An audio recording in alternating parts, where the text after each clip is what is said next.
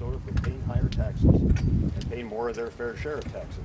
It's just such an unbelievable situation, and I really need the people of Minnesota to say overwhelmingly, as they've indicated in polls and other assessments, their support for a balanced, fair, reasonable budget and getting it resolved before July 1st. And let me ask Representative Thissen's comment, and Senator Bakk will be joining us shortly. The three of us are, here we go. So, there he is. So he's there too. Sure. Well, to reiterate what the governor just said, what it comes down to now is the people of Minnesota weighing in on what truly is a choice to continue the failed policies that we've seen in the past of balancing the budget on the backs of the middle class, this middle class squeeze of higher tuitions, higher property taxes, higher fees, or are we going to ask everybody in the state to participate in a fair and balanced approach to resolving this historic budget deficit? And as the governor noted, the people of Minnesota have weighed in the form of polls, but also in the 50 or so cities that we visited across the state in the last several weeks. They've expressed the need for compromise, which the governor has clearly shown and the Republicans have not, and support for a balanced approach to resolving this budget in a fair way that asks every Minnesotan to participate. And that's what it's going to come down to now in these next several weeks as we work to resolve this budget deficit. It's now time for the folks all across the state to weigh in. Well, in my closing comments the night we adjourned, I asked the Republican senators to go out into their districts, and when they go to their cafes and their ball games and when they go to church on Sunday, listen to Minnesotans. Don't go home and talk about your principles, how important they are, and you're not going to compromise. Listen to what Minnesotans are saying. The overwhelming majority of Minnesotans want compromise. They want to find some middle ground. I was especially troubled yesterday at the Republican Senate leadership's comment that, well, the governor will never risk a shutdown over taxes. So in other words, Senator Michelle, you said we'd never have a special session over taxes either. I think they're going to have to get to the point where they understand they're going to have to compromise. And I think their remarks yesterday were further evidence that they're just stuck in the mud at $34 billion and unwilling to move. And I do hope that Minnesotans reach out to them back in their districts and urge them to compromise with the governor. Governor, the Republicans answer your question. Why can't they go 2%? Sorry, what? They say the reason they wouldn't tax 2% is that a lot of those taxpayers are small business owners who pay their taxes through their personal income tax. Your tax increase would hit small budget businesses, might drive some of them out of the state, discourage others from expanding, creating more jobs. How do you respond to that? Well, I just told them in our discussions, this is something that Senator Bakk has previously proposed, that if they want an exemption for pass-through fund money from business activities, that's something we could certainly look at and talk about. I just point out that any business chooses to either remain a DBA or a partnership rather than a C or subchapter S rather than a C corporation, so they don't pay any corporate tax. So that's a decision they make for their own tax purposes. If somebody's deriving $500,000 of income or $1 million of income from a successful business, well, then more power to them. But we need them to pay closer to their fair share of taxes so that we don't have to cut the university by almost 20% and raise tuitions and cut special education and almost eliminate the state funding for Metro Transit so their employees can get to work. So I'm not raising taxes for the sake of raising taxes. I'm raising taxes because the alternative, their all cuts budget, is so drastic and so extreme and so harmful to so many Minnesotans that I'm simply asking the very wealthiest 2%, who studies show pay less than anyone else in Minnesota in their state and local taxes, to pay closer to their fair share to help us out in this critical situation. Governor, you're going to cities which you say are particularly hard hit by some of the cuts, and you're saying that property taxes are going to go up in those cities dramatically. Will you tell us what you are telling individual cities? Well, I think the cities know themselves, and that's why most of the cities that are recipients of local government aid have been adamant in support of my position. And telling their representatives that they just oppose the drastic cuts for LGA that both the Republican Senate House budgets called for. And Department of Revenue, it's not my statistic, the Minnesota Department of Revenue under Governor Plenty said that for every dollar you cut in local government aids, you raise property taxes by 2/3, 67 cents.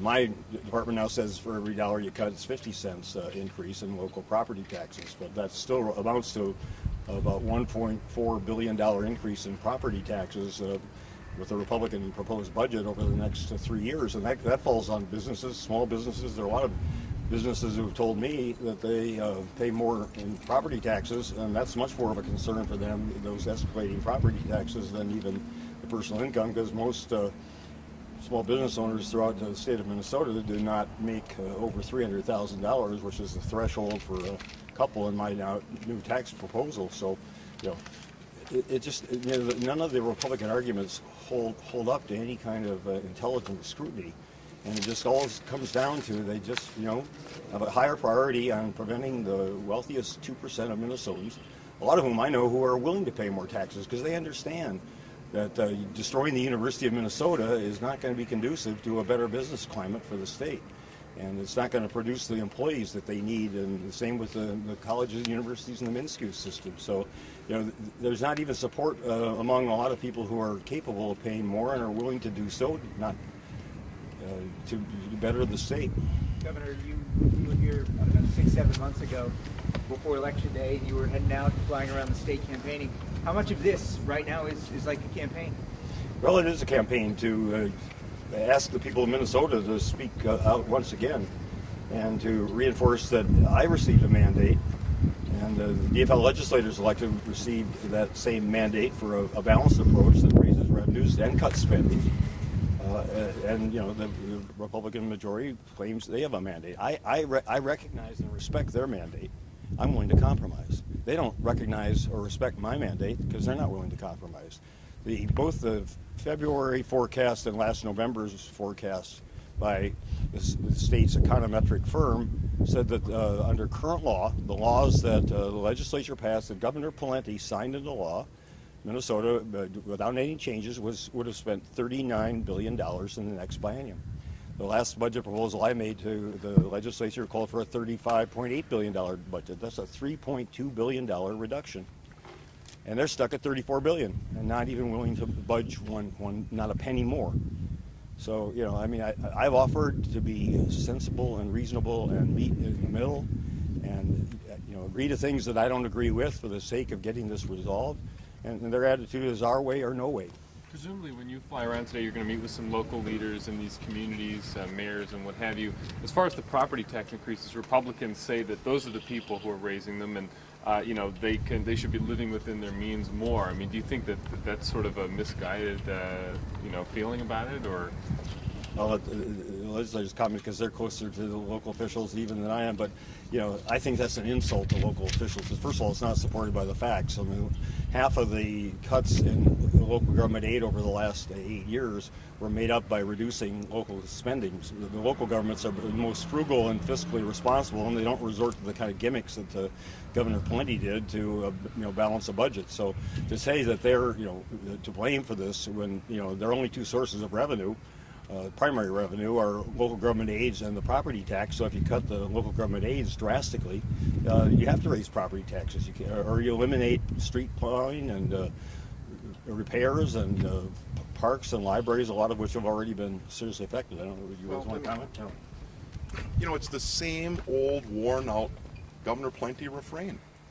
Demonize local governments that somehow they're the problem. When Governor Plenty took office, property taxes in Minnesota were $4 billion. And when he left, they're over $7.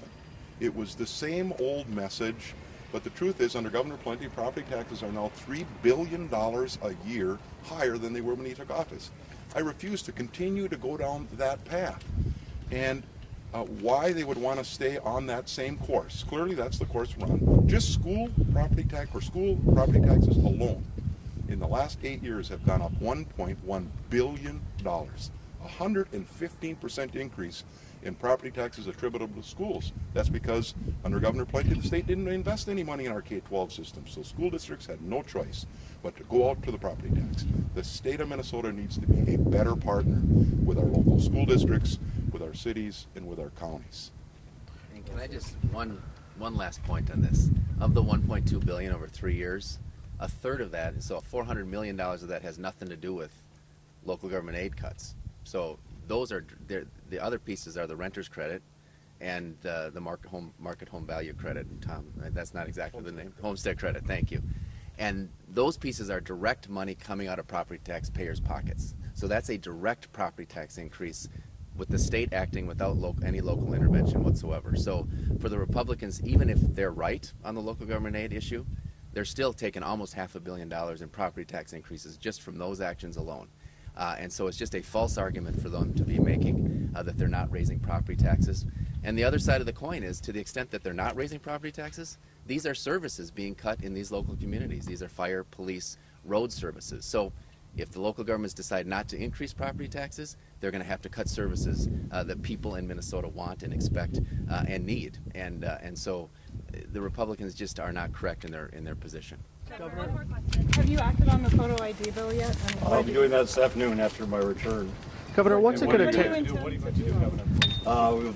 Stay tuned. Governor, what's it going to? I mean, obviously, most Minnesotans want to know here, how is this impasse going to be broken? I mean, what's it going to take for you and Republicans to actually say we have a deal? I believe, after my experience the last couple of weeks, offering a compromise, coming halfway, and you being totally rejected by the Republicans who say they won't budge a dollar, that it's going to take the people of Minnesota telling those legislators, we want a reasonable compromise. We want to settle this responsibly and in a way that honors the two mandates that their majorities received in the last election and that I and the DFL legislators received in the last election. And since those are two, very different mandates, then the responsible adult reasonable thing to do is to agree to meet in the middle. And that's what I've offered to do. And I believe I have the support of the DFL legislators. Senator Bakk and Representative Thissen could speak for themselves or their caucuses, but I believe we are in agreement that we're standing here in the middle waiting for them to show up. And their attitude is our way or no way. And we'll do whatever it takes rather than raise taxes on the wealthiest 2% of Minnesotans and the other 98% of Minnesotans. I just have to suffer the consequences. Thank you very much. Thank you. Thank you very much.